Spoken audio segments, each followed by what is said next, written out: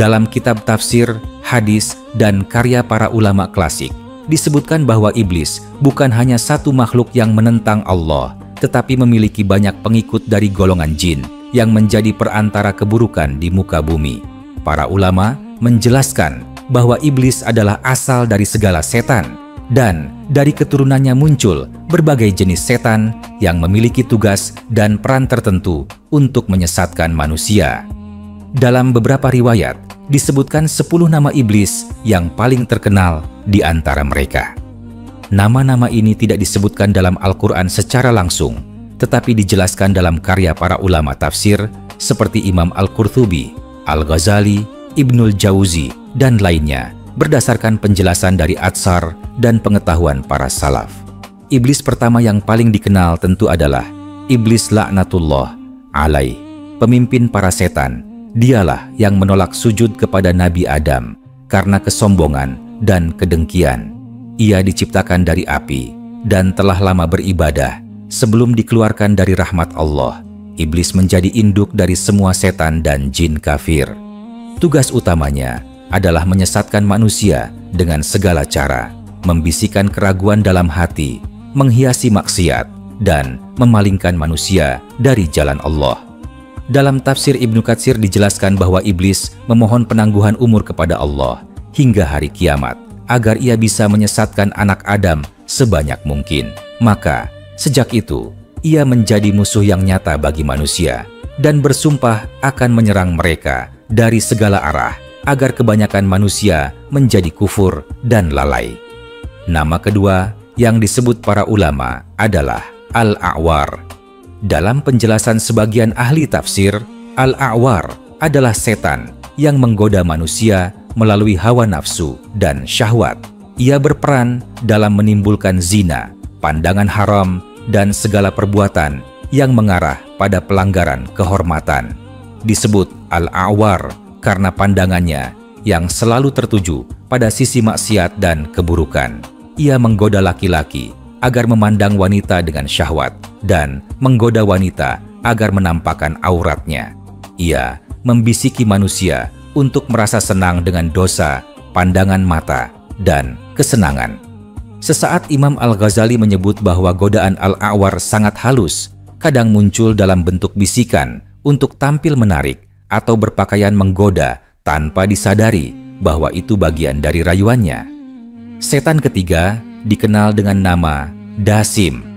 Menurut riwayat yang diriwayatkan oleh Abu Umamah dan dijelaskan oleh Ibnul Jauzi dalam kitabnya Talbis Iblis, Dasim adalah setan yang bertugas membuat kekacauan dalam rumah tangga. Ia berusaha agar suami dan istri berselisih, menimbulkan rasa curiga, dan membesar-besarkan hal kecil menjadi sebab perpecahan. Ia akan masuk ke rumah seseorang apabila penghuni rumah tidak menyebut nama Allah ketika masuk.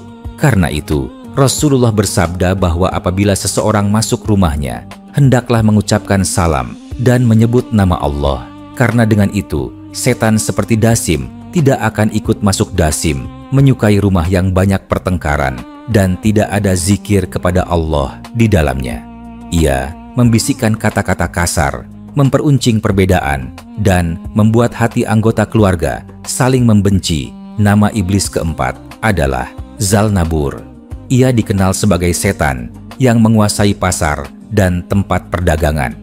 Tugasnya adalah menimbulkan penipuan, sumpah palsu, dan permusuhan antara pedagang. Ia senang melihat orang berselisih karena harga atau menipu dalam timbangan dan takaran.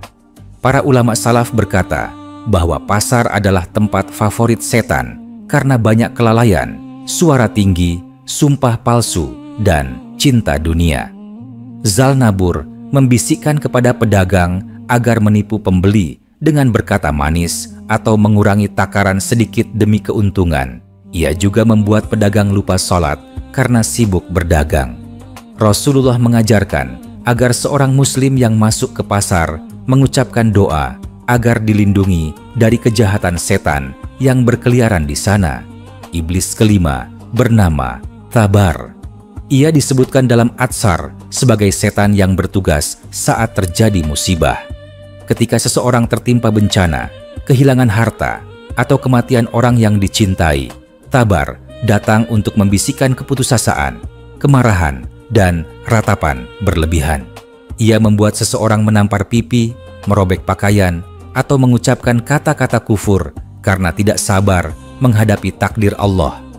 Para ulama menjelaskan bahwa orang yang tidak sabar dalam musibah mudah dikuasai oleh tabar karena ia melemahkan iman dan membuat manusia mempertanyakan keadilan Allah. Karena itu Rasulullah mengajarkan agar setiap kali tertimpa musibah, seorang mukmin mengucapkan Inna lillahi wa inna ilaihi raji'un, agar dijauhkan dari bisikan sabar dan mendapat pahala sabar. Nama iblis keenam adalah A'wan. Ia merupakan pembantu utama bagi para penguasa yang zalim. Tugasnya adalah menyesatkan pemimpin agar mencintai kekuasaan, melakukan kezaliman, dan menolak nasihat kebenaran. A'wan juga membisikkan kepada orang-orang yang berkuasa agar berbuat semena-mena terhadap rakyatnya dan merasa diri paling benar. Ia menanamkan rasa bangga terhadap kekuasaan dan membuat mereka sulit menerima kritik. Dalam kitab karya Ibnul Jauzi disebutkan bahwa A'wan mendampingi setiap penguasa yang hatinya jauh dari Allah. Ia menjadikan nasihat terlihat seperti ancaman dan kebenaran terasa pahit. Karena itu, para ulama menasihati agar pemimpin banyak berzikir dan berdoa agar terhindar dari pengaruh A'wan yang selalu berada di sisi para penguasa iblis ketujuh bernama Maswat. Ia disebut oleh sebagian ulama sebagai setan yang menebarkan fitnah, kebohongan, dan adu domba di tengah manusia.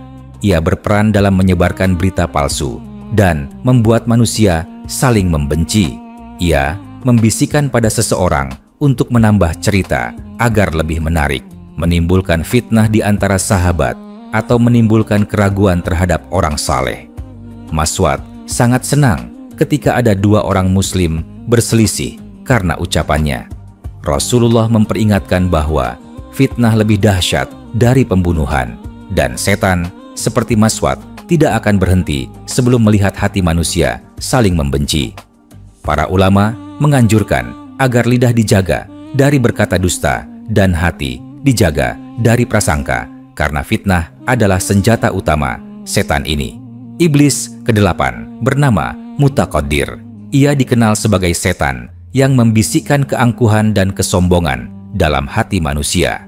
Ia membuat seseorang merasa lebih baik dari orang lain, menolak kebenaran, dan menghina yang lemah. Ia adalah pengikut setia dari iblis yang pertama, karena kesombongan adalah sebab utama kejatuhan iblis dari rahmat Allah. Mutaqaddir menjadikan manusia mencintai pujian dan membenci nasihat. Ia menanamkan rasa bangga terhadap amal, pengetahuan, atau keturunan, hingga membuat seseorang lupa bahwa semua itu hanyalah karunia Allah.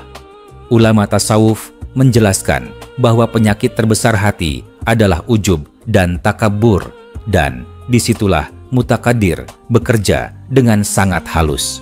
Ia berbisik agar seseorang merasa lebih saleh dari orang lain, padahal yang demikian termasuk tipu daya setan yang membinasakan. Nama iblis kesembilan adalah Murrah. Ia berperan dalam menimbulkan kemarahan, emosi, dan pertengkaran.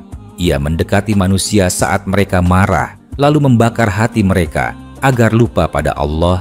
Rasulullah bersabda bahwa marah itu berasal dari setan, dan jika seseorang marah, hendaklah ia berwudu, karena air memadamkan api. Murrah menyukai majelis yang penuh emosi, perdebatan keras, dan pertikaian.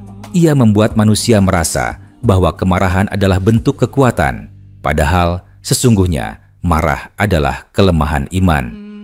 Dalam kitab Ihya Ulumuddin dijelaskan bahwa setan akan menari di sekitar orang yang marah, karena saat itu akal tertutup dan hawa nafsu mengambil alih. Maka manusia diperintahkan untuk menahan marah dan memohon perlindungan dari godaan setan yang terkutuk. Iblis ke-10 dikenal dengan nama Khanzab. Ia disebut dalam hadis sahih bahwa Khanzab adalah setan yang menggoda manusia ketika sedang sholat. Ia membuat seseorang lupa rakaat, kehilangan kekhusyukan, atau melamun saat membaca Al-Fatihah. Rasulullah bersabda kepada seseorang yang mengeluhkan gangguan itu agar meludah kecil ke kiri 3 kali dan membaca ta'awud, maka gangguan itu akan hilang. Khanzab berusaha menghalangi seseorang dari kenikmatan sholat dengan menimbulkan was-was dan kebingungan. Ia menanamkan rasa ragu, apakah sudah berwudu atau belum, apakah sudah rukuk atau belum. Ia membuat manusia lupa bahwa sholat adalah pertemuan antara hamba dan Tuhannya. Para ulama menyebut bahwa Khanzab adalah musuh terdekat bagi orang yang beribadah, karena ia tidak ingin seorang hamba dekat dengan Allah. 10 nama iblis yang disebut para ulama ini menggambarkan betapa luasnya tipu daya mereka. Setiap iblis memiliki bidang tugas yang berbeda untuk menyesatkan manusia dalam setiap aspek kehidupan. Mereka tidak hanya menyerang dalam bentuk besar seperti kekafiran, tetapi juga dalam hal-hal kecil seperti lalai, marah, sombong, dan malas beribadah. Karena itu Allah mengingatkan dalam Al-Quran bahwa setan adalah musuh yang nyata dan manusia diperintahkan untuk menjadikannya musuh, bukan sahabat. Para ulama menasihati agar seorang mukmin selalu berlindung kepada Allah dari godaan setan dengan memperbanyak zikir, membaca Al-Quran, menjaga wudhu, dan tidak lalai dari doa. Sebab benteng utama melawan para iblis ini adalah hati yang ikhlas, lidah yang senantiasa menyebut nama Allah, dan amal yang dilakukan karena mengharap ridhanya semata. Dengan demikian, manusia akan terhindar dari tipu daya mereka yang halus dan selamat dari kebinasaan yang mereka rencanakan sejak awal penciptaan manusia.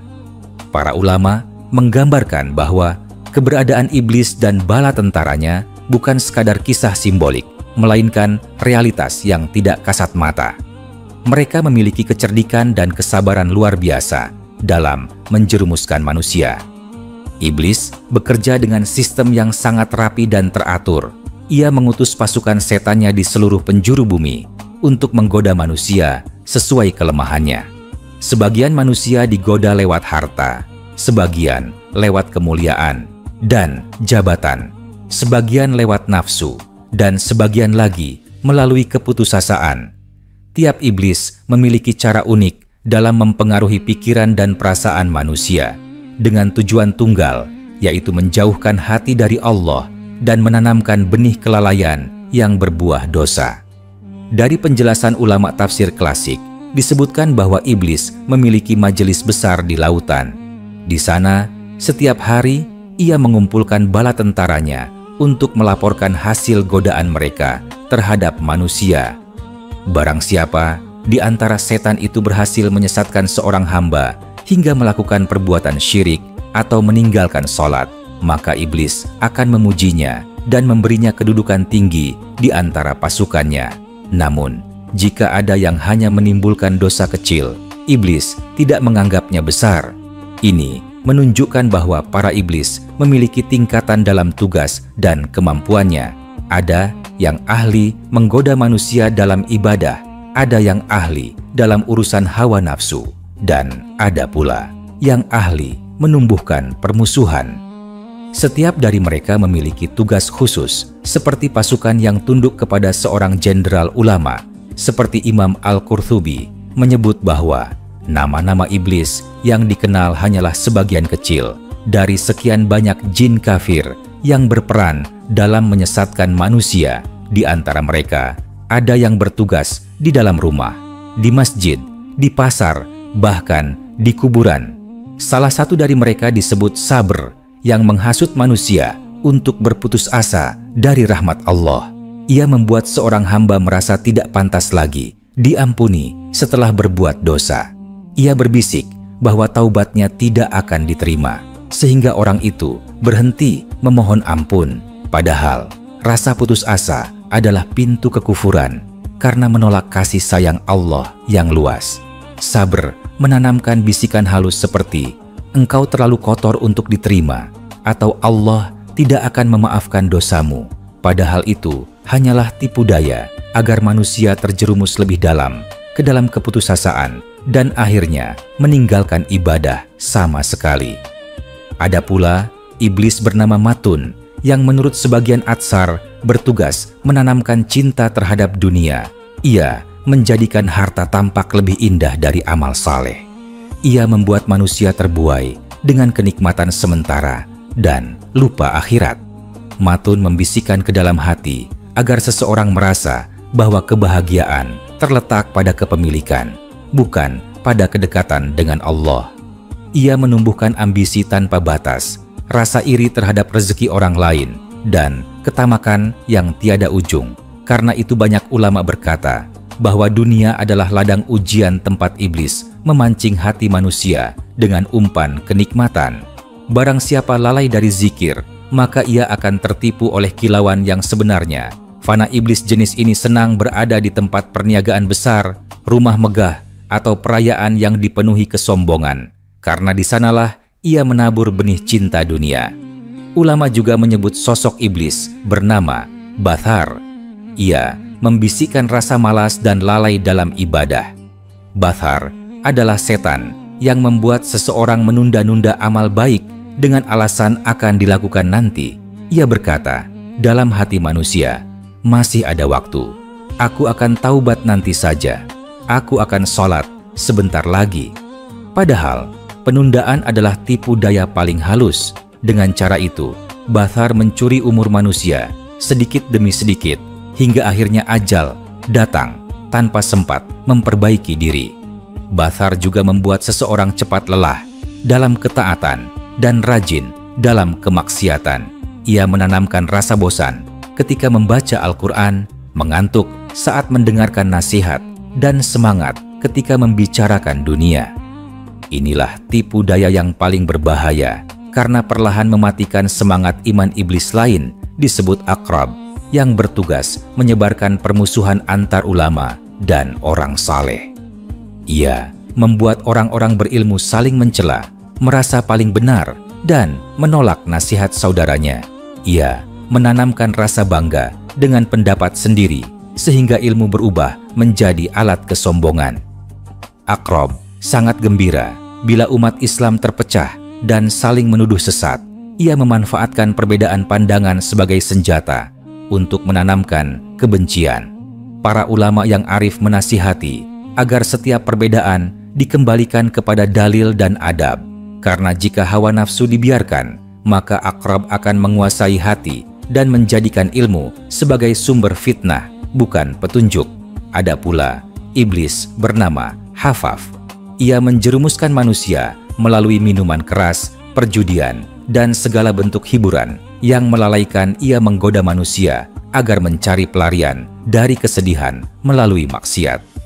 Ia membuat dosa terasa ringan dengan alasan hiburan atau budaya Hafaf berbisik bahwa bersenang-senang tidak mengapa. Padahal ia sedang menarik jiwa manusia ke dalam kebinasaan. Banyak ulama memperingatkan bahwa Hafaf adalah penguasa tempat maksiat dan hiburan yang menjerumuskan. Ia menggelapkan hati sedikit demi sedikit hingga seseorang tidak lagi peka terhadap dosa.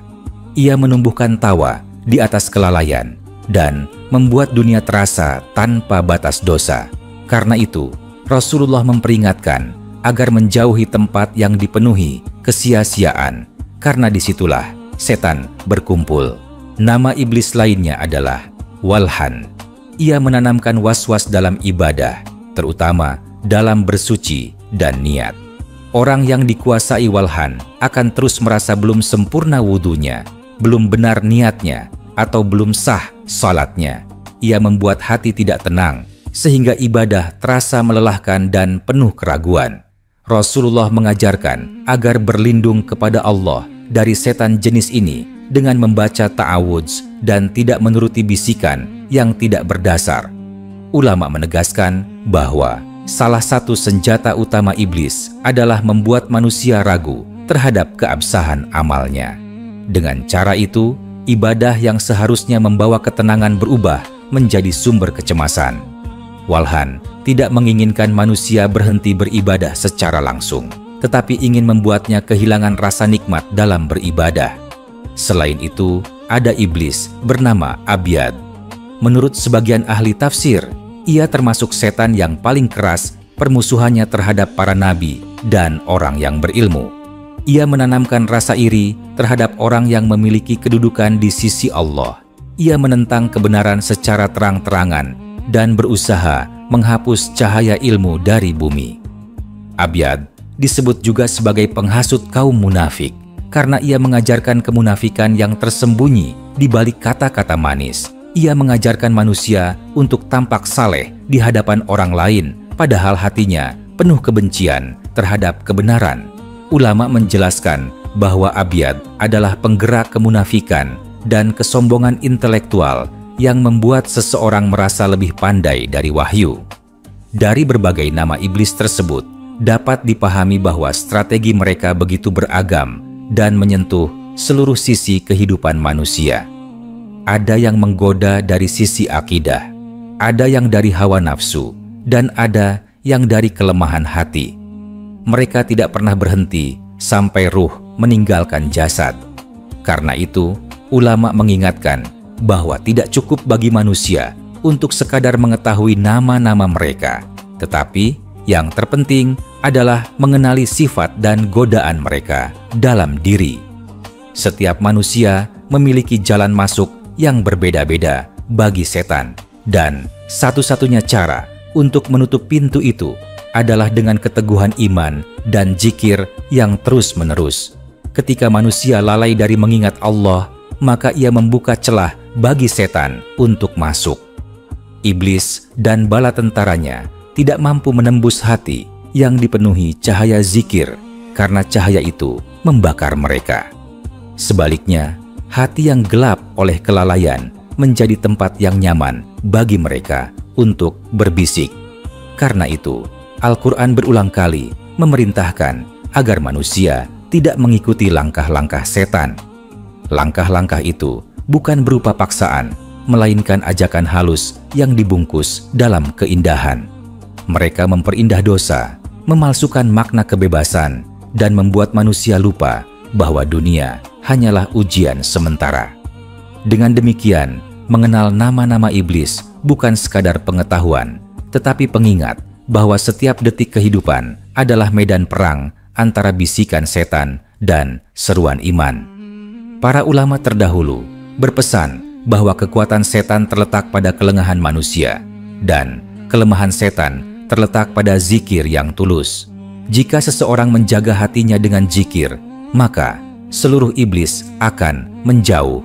Namun, bila ia lalai, mereka akan datang dengan segala cara. Maka, barang siapa yang ingin selamat dari tipu daya iblis, hendaklah selalu memperbarui taubat, memperbanyak doa, menjaga pandangan, dan memohon perlindungan kepada Allah. Sebab tidak ada kekuatan yang mampu melindungi manusia kecuali rahmat dan penjagaan dari Allah semata.